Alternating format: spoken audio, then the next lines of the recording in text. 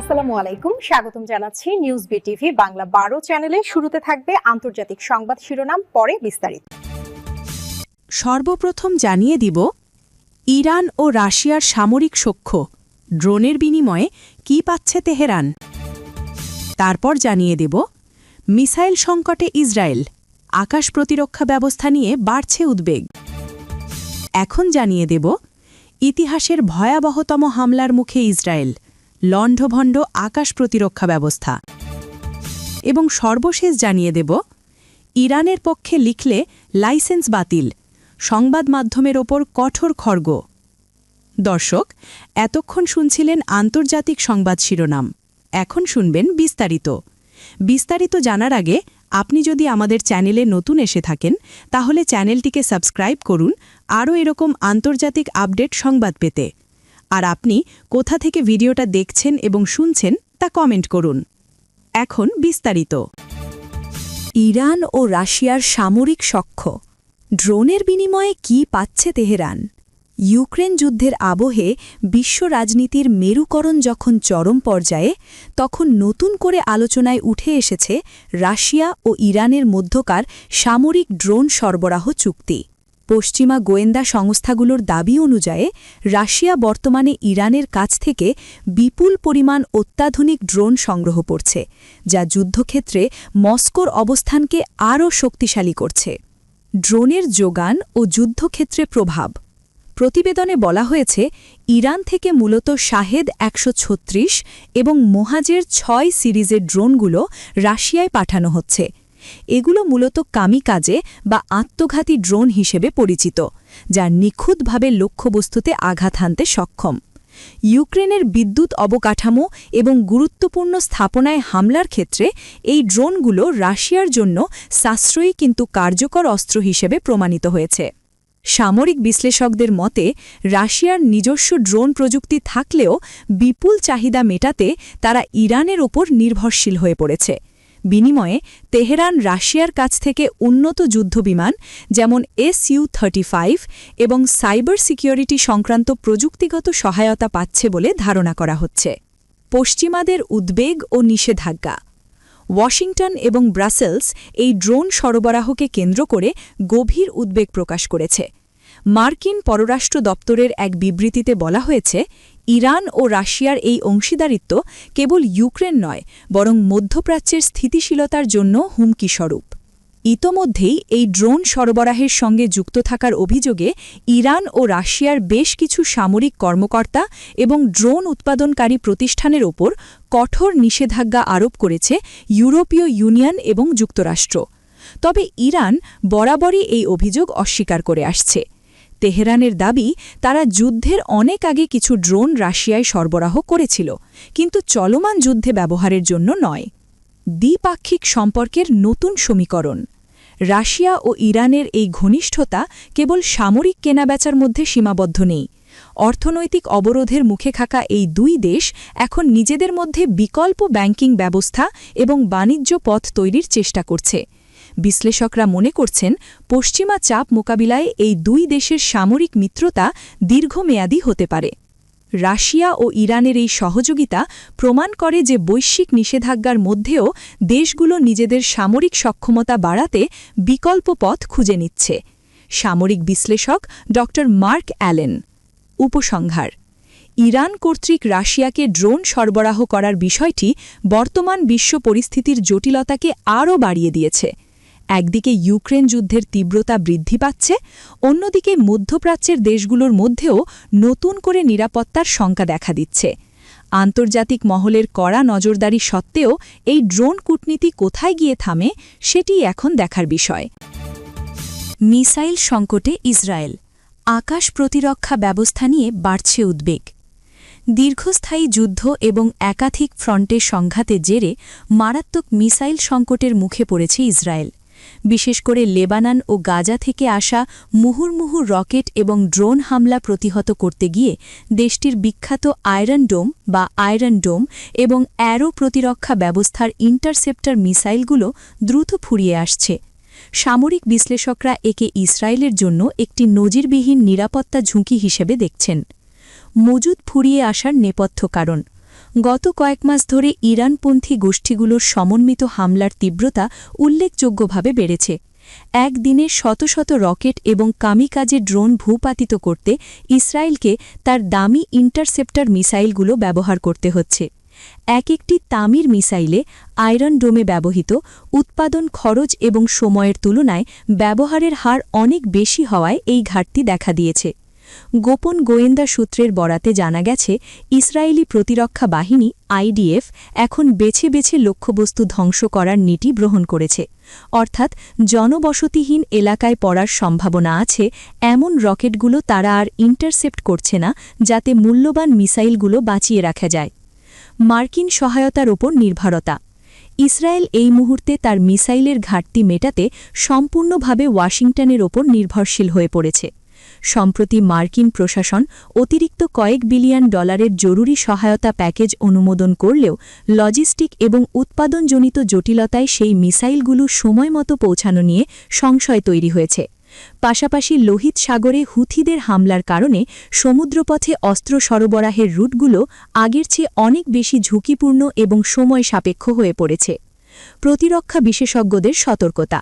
সামরিক বিশেষজ্ঞরা সতর্ক করেছেন যে যদি এই মুহূর্তে বড় ধরনের কোনো পূর্ণমাত্রার আঞ্চলিক যুদ্ধ শুরু হয়, তবে ইসরায়েল তার আকাশসীমা পুরোপুরি সুরক্ষিত রাখতে সক্ষম হবে না।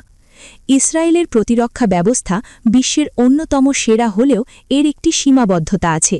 যখন আপনার দিকে হাজার হাজার সস্তা রকেট ছোঁড়া হবে, তখন আপনার দামি মিসাইলের মজুদ ফুরিয়ে যাওয়া কেবল সময়ের ব্যাপার মাত্র। প্রতিরক্ষা বিশ্লেষক জনাথন রিড। সম্ভাব্য পরিণতি ও অভ্যন্তরীণ চাপ। মিসাইল সংকটের খবর ছড়িয়ে পড়ায় ইসরায়েলের সাধারণ জনগণের মধ্যে আতঙ্ক বাড়ছে। দেশটির উত্তর এবং দক্ষিণাঞ্চলের সীমান্ত এলাকাগুলো থেকে সরিয়ে নেওয়া বাসিন্দারা সরকারের ওপর চাপ সৃষ্টি করছে। বিরোধীরা দাবি তুলছেন যে সরকার সামরিক শক্তির সক্ষমতার সম্পর্কে সঠিক তথ্য দিচ্ছে না। এদিকে এই ঘাটতির সুযোগ নিতে পারে হিজবুল্লাহ ও হামাস। তারা ড্রোন ও রকেট হামলার সংখ্যা বাড়িয়ে ইসরায়েলের প্রতিরক্ষা দেওয়ালকে সম্পূর্ণ ভেঙে দেওয়ার কৌশল নিতে পারে বলে আশঙ্কা করা হচ্ছে। ইতিহাসের ভয়াবহতম হামলার মুখে ইসরায়েল। লণ্ডভণ্ড আকাশ প্রতিরক্ষা ব্যবস্থা।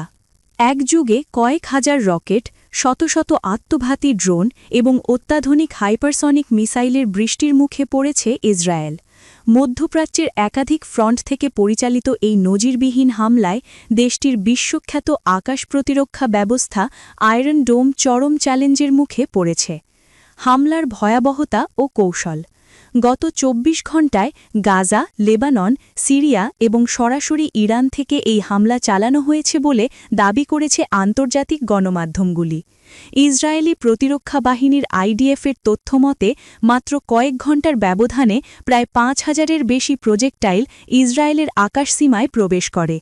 হামলার বিশেষত্ব ছিল এর স্যাচুরেশন টেকনিক, অর্থাৎ একসঙ্গে এত বেশি সংখ্যক রকেট ও ড্রোন ছোড়া হয়েছে যে ইসরায়েলের রাডার ও ইন্টারসেপ্টের মিসাইলগুলো সবগুলো লক্ষ্যবস্তুকে শনাক্ত ও ধ্বংস করতে হিমশিম খাচ্ছে। তেল আভিভ, হাইফা এবং জেরুজালেমের মতো গুরুত্বপূর্ণ শহরগুলোতে সাইরেনের শব্দে আতঙ্কিত মানুষ ভূগর্ভস্থ বাংকারে আশ্রয় নিয়েছে। আকাশ প্রতিরক্ষা ব্যবস্থায় ফাটল। ইসরায়েলের গর্ব আয়রন ডোম এবং দূরপাল্লার মিসাইল বিধ্বংসী অ্যারো সিস্টেমও এবার শতভাগ সফল হতে পারেনি। বেশ কিছু ব্যালিস্টিক মিসাইল প্রতিরক্ষা দেওয়াল ভেদ করে সামরিক ঘাঁটি এবং গুরুত্বপূর্ণ বিদ্যুৎ উপকেন্দ্রে আঘাত হেনেছে। ড্রোনগুলোর একটি বড় অংশ তেল আবিবের উপকণ্ঠে আঘাত হানায় ব্যাপক ক্ষয়ক্ষতির খবর পাওয়া গেছে। সামরিক বিশ্লেষকদের মতে এই হামলার মূল লক্ষ্য ছিল ইসরায়েলের আকাশ প্রতিরক্ষা ব্যবস্থাকে ব্যস্ত রেখে মূল লক্ষ্যবস্তুতে আঘাত হানা। তারা বলছেন, এটি কেবল একটি হামলা নয়, এটি ইসরায়েলের সামরিক সক্ষমতার একটি বড় পরীক্ষা। এত বড় পরিসরের হামলা সামলানোর মতো মজুদ কোনো দেশেরই চিরস্থায়ী থাকে না। আন্তর্জাতিক প্রতিক্রিয়া ও থমথমে পরিস্থিতি। এই হামলার পর হোয়াইট হাউস থেকে তীব্র নিন্দা জানানো হয়েছে এবং ইসরায়েলের পাশে থাকার প্রতিশ্রুতি পুনর্ব্যক্ত করা হয়েছে। অন্যদিকে তেহরান এবং হিজবুল্লার পক্ষ থেকে একে প্রতিরক্ষামূলক জবাব হিসেবে দাবি করা হয়েছে। জাতিসংঘের সুরক্ষা পরিষদ জরুরি বৈঠক ডেকেছে। বিশ্বের ক্ষমতাবান দেশগুলো আশঙ্কা করছে যে এই হামলার পর ইসরায়েল যদি পাল্টা বড় কোনো সামরিক পদক্ষেপ নেয় তবে তা পুরো মধ্যপ্রাচ্যকে এক ভয়াবহ আঞ্চলিক যুদ্ধের দিকে ঠেলে দিতে পারে। জনগণের মধ্যে চরম আতঙ্ক। ইসরায়েলের বড় বড় শহরগুলোতে জনজীবন থমকে গেছে, বিমানবন্দরগুলোতে ফ্লাইটের সূচি এলোমেলো হয়ে পড়েছে এবং কয়েক লাখ মানুষ নিরাপদ আশ্রয়ের খোঁজে ছোটাছুটি করছে। তেল আভিভের রাস্তায় ধ্বংসাবশেষের ছবি সামাজিক যোগাযোগ মাধ্যমে ছড়িয়ে পড়ায় সাধারণ মানুষের মধ্যে নিরাপত্তাহীনতা বাড়ছে। ইরানের পক্ষে লিখলে লাইসেন্স বাতিল, সংবাদ মাধ্যমের ওপর কঠোর খড়গ। চলমান মধ্যপ্রাচ্য সংকট এবং ইরান ইসরায়েল উত্তেজনার আবহে সংবাদ মাধ্যমের কণ্ঠরোধের এক নজিরবিহীন অভিযোগ উঠেছে। নির্দিষ্ট কিছু দেশের সরকার এবং নিয়ন্ত্রক সংস্থাগুলো ঘোষণা করেছে যে কোনো সংবাদ মাধ্যম যদি ইরানের সামরিক পদক্ষেপ বা রাজনৈতিক অবস্থানের পক্ষে ইতিবাচক প্রচার চালায় তবে তাদের সম্প্রচার বা প্রকাশনার লাইসেন্স বাতিল করা হবে। এই ঘোষণাকে কেন্দ্র করে বিশ্বজুড়ে সাংবাদিক ও মানবাধিকার কর্মীদের মধ্যে তীব্র ক্ষোভের সৃষ্টি হয়েছে। নির্দেশনার নেপথ্যে জাতীয় নিরাপত্তা। সংশ্লিষ্ট দেশগুলোর তথ্য মন্ত্রণালয়ের পক্ষ থেকে জানানো হয়েছে, বর্তমান পরিস্থিতিতে ভুল তথ্য বা মিসইনফরমেশন এবং শত্রুপক্ষের প্রোপাগান্ডা ছড়ানো জাতীয় নিরাপত্তার জন্য হুমকি। নির্দেশনায় বলা হয়েছে, ইরান কর্তৃক পরিচালিত কোনো হামলাকে বৈধ বা বিজয় হিসেবে প্রচার করা হলে তাকে উস্কানিমূলক তৎপরতা হিসেবে গণ্য করা হবে। বিশেষ করে পশ্চিমা সমর্থিত দেশগুলোতে এই কড়াকড়ি বেশি লক্ষ্য করা যাচ্ছে। সরকারের দাবি, সামাজিক যোগাযোগ মাধ্যম এবং স্যাটেলাইট চ্যানেলগুলোতে ইরানপন্থী প্রচারণার ফলে সাধারণ মানুষের মধ্যে বিভ্রান্তি ছড়াচ্ছে, যা আইন শৃঙ্খলার অবনতি ঘটাতে পারে।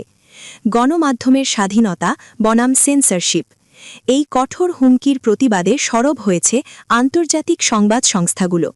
রিপোর্টার্স উইদাউট বর্ডার্স বা RSF এক বিবৃতিতে জানিয়েছে, সংবাদ মাধ্যমের কাজ হল বস্তুনিষ্ঠ তথ্য তুলে ধরা। সরকারের পক্ষ থেকে নির্দিষ্ট কোনো দেশের পক্ষে বা বিপক্ষে লিখতে বাধ্য করা বা লাইসেন্স বাতিলের হুমকি দেওয়া গণমাধ্যমের স্বাধীনতার পরিপন্থী। অনেক প্রবীণ সাংবাদিক মনে করছেন, এই ধরনের নিষেধাজ্ঞা সংবাদ মাধ্যমকে কেবল একপাক্ষিক খবর পরিবেশন করতে বাধ্য করবে, ফলে পাঠকরা প্রকৃত সত্য বা ঘটনার পেছনের প্রেক্ষাপট জানা থেকে বঞ্চিত হবেন। সামাজিক যোগাযোগ মাধ্যমে প্রভাব। মূলধারার সংবাদ মাধ্যমের পাশাপাশি ডিজিটাল প্ল্যাটফর্মগুলোর ওপরেও নজরদারি বাড়ানো হয়েছে। অনেক ইউটিউব চ্যানেল এবং অনলাইন নিউজ পোর্টাল ইতোমধ্যেই ইরান ঘনিষ্ঠ কন্টেন্ট তৈরির দায়ে সতর্কবার্তা পেয়েছে। অনেক ক্ষেত্রে দেখা গেছে, নিরপেক্ষ বিশ্লেষণ করতে গিয়েও অনেক সাংবাদিক ইরানের সমর্থক হিসেবে চিহ্নিত হচ্ছেন এবং আইনি ঝামেলার মুখে পড়ছেন। বিশ্লেষকদের মত ও ভবিষ্যৎ শঙ্কা। রাজনৈতিক বিশ্লেষকদের মতে তথ্যযুদ্ধ বা ইনফরমেশন ওয়ারফেয়ার এখনকার যুদ্ধের অবিচ্ছেদ্য অংশ। এক একটি দেশ নিজের স্বার্থ অনুযায়ী সত্যকে সংজ্ঞায়িত করার চেষ্টা করছে। তবে লাইসেন্স বাতিলের মতো চূড়ান্ত পদক্ষেপ নেওয়ার ফলে স্বাধীন সাংবাদিকতার পথ রুদ্ধ হয়ে যেতে পারে বলে আশঙ্কা করা হচ্ছে। এই নিষেধাজ্ঞার ফলে অনেক দেশেই এখন ইরানের সামরিক সক্ষমতা বা রাশিয়ার সঙ্গে তাদের ড্রোন চুক্তি নিয়ে খবর প্রকাশের ক্ষেত্রে চরম সতর্কতা অবলম্বন করা হচ্ছে। কোনো কোনো সংবাদ মাধ্যম তাদের সম্পাদকীয় নীতি পরিবর্তন করতে বাধ্য হয়েছে, যাতে সরকারের রোষানলে না পড়তে হয়।